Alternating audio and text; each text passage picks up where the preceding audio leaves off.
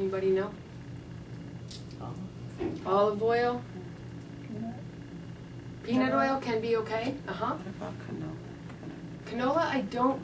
There's more and more studies show there's some monounsaturated in canola, but it also has some poly, so it's not as stable as what I like for heating. So I would say no for heating. That's why, you know, the olive oil mayonnaise that you can see nowadays, that might be okay to heat because it's olive oil, so it keeps it more stable. So across the board, I just tell people, get olive oil, and grapeseed oil is another one if you don't like the flavor of olive oil, because grapeseed oil has no taste. It has high vitamin E in it. That's what keeps it so stable. So grapeseed oil, I've seen it at Costco now. It's in big containers at Costco. It's everywhere. But that's another stable oil to use if you don't like the taste of olive oil. And the last one that is I really like for people is coconut oil. You can't heat it to high temps, like deep fry. All of those oils shouldn't be deep fried, by the way. But coconut oil is very stable, and it's very good for you. It's got medium chain triglycerides. It's got immune properties to it. So those, actually 4 oils would be good, is olive oil, grapeseed oil, coconut oil, and then the peanut oil would be pretty stable. So you need balance every time you eat. So what I'm proposing is you take something from the protein, something from the carb, and something from the fat every time you eat to help keep your body stable. That's the best way for energy. It's the best thing to do for fat burning, and it's the best thing to do to prevent diabetes, especially if that's in your family. Keep your triglycerides low, keep your cholesterol low.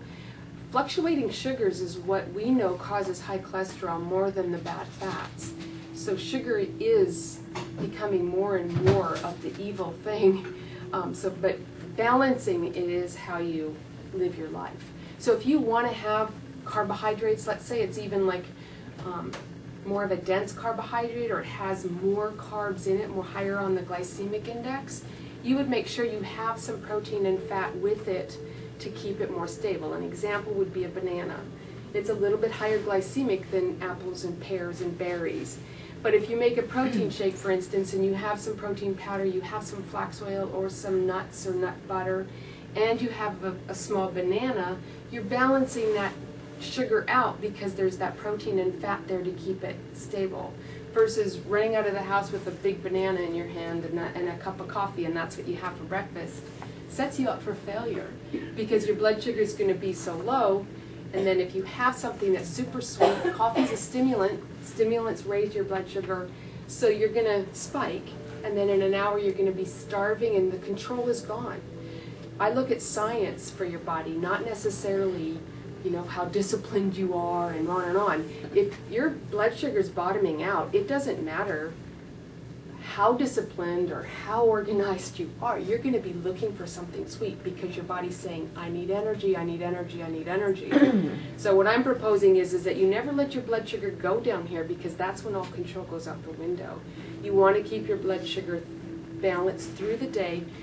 You can burn fat, you can feel good. Starving isn't what I want you to be. Starving to lose weight is the wrong way to go. Because when you're starving, it means your body's going to be using muscle for energy, not fat. So if your blood sugar is below 70 and 110, that's fat burning mode. Even if you're not working out, you can be burning fat in that stable area. But if it's too high, you're using sugar from your blood for energy. Doesn't matter how low calorie you're eating. And if it's too low, you're using your muscle for energy, and it's very destructive to the body. It makes your energy low, makes you feel crappy. You don't want to work out when your body's using muscle for energy. Is there any questions about that? Make sense? So these are just some ideals. 4 to 5 times per day is the goal. If you plan your meals, I will tell you that the key to eating good is shopping. Most people, if there's food in the fridge that is there that's balanced, you're going to eat it. Most people don't eat well because there's nothing in the fridge. It's too much to go to the grocery store, shop, come home, prepare. a nice healthy meal. Their mind just can't grasp that. So what they do is they either grab something quick and easy that's in their house, or they stop by a restaurant and grab some fast food or something that's not that good for them. So shopping is super important. You plan it in your life like you plan an appointment, like you plan going to work, you plan a workout, you plan your grocery shop. Take your family with you. Maybe you share the responsibility, but shopping really, really is important. Skipping breakfast, just what I said about blood sugar, if you skip breakfast, your body's going down to muscle for energy. You should be eating an hour within waking up. That's to prevent your body from going down, your blood sugar going down so low and grabbing muscle for energy, because that's what's going to happen. It doesn't matter what you did the day before, that's what's going to happen if you don't eat an hour within waking up. Most people who skip breakfast are people who eat really late at night, or they're eating too much late at night or in their evening meal, and they wake up, they're not hungry, can't imagine having food.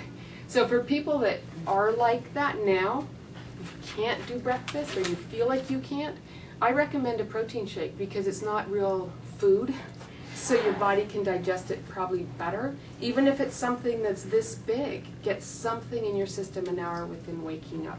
Very, very important, because that sets up your day. So let's say you don't have breakfast, but your lunch is perfectly balanced, your dinner is perfectly balanced, and your snack. You've already started this, though. So then as soon as you have lunch, your blood sugar is way down here, so then you might spike it too high because the body's already programmed to say, I got to shoot way too much insulin in there because her blood sugar was so low, anything you ate was shooting it too high. So it's harder. You may get it balanced by the end of the day, but it's so much harder for you to start midday versus starting first thing in the morning when you wake up. Majority of the food should be in the first part of the day. Again, most people, you need just what you said in the beginning. Getting nutrition for energy means eating good quality food from the hour you wake up till dinner time. Why would you want all these calories later in the day when you're winding down? Your food should be kind of mimicking your circadian rhythms in your body. You start off high and then gradually all day long you're going low. That's what you should be doing with your food too, because who needs energy when you're going to bed? Nobody. Your body kind of shuts down then. So most people, the thin people that you see and you meet, you will notice, not all, because some people just have, there's about 25% of the population that truly can eat weird and not gain weight. But most people that you see that are fit and healthy will be eating big breakfast, moderate lunch, and a smaller dinner. And having, even if you have 5 small meals through the day, that's even more ideal.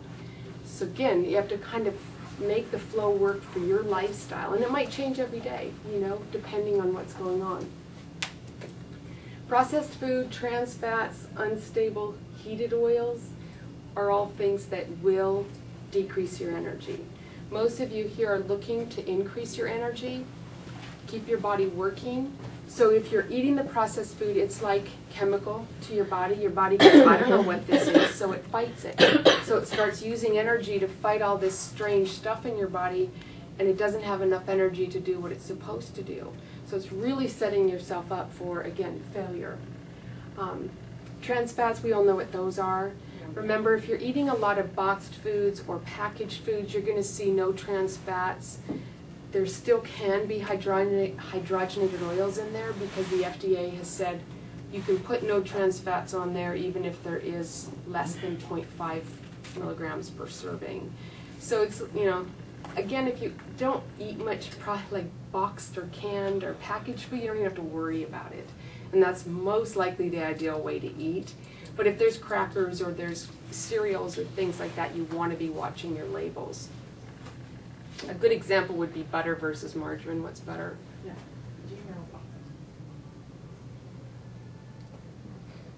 Oil. Oil is ideal, but butter would definitely be better than a trans fat, than margarine, because your body knows how to digest saturated fat. It knows what that is.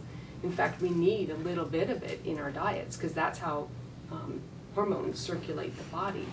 But it doesn't know what to do with hydrogenated oil, margarine. So it will try to reject that and set yourself up for low energy. We've already talked about heated oils, and we've also talked about control in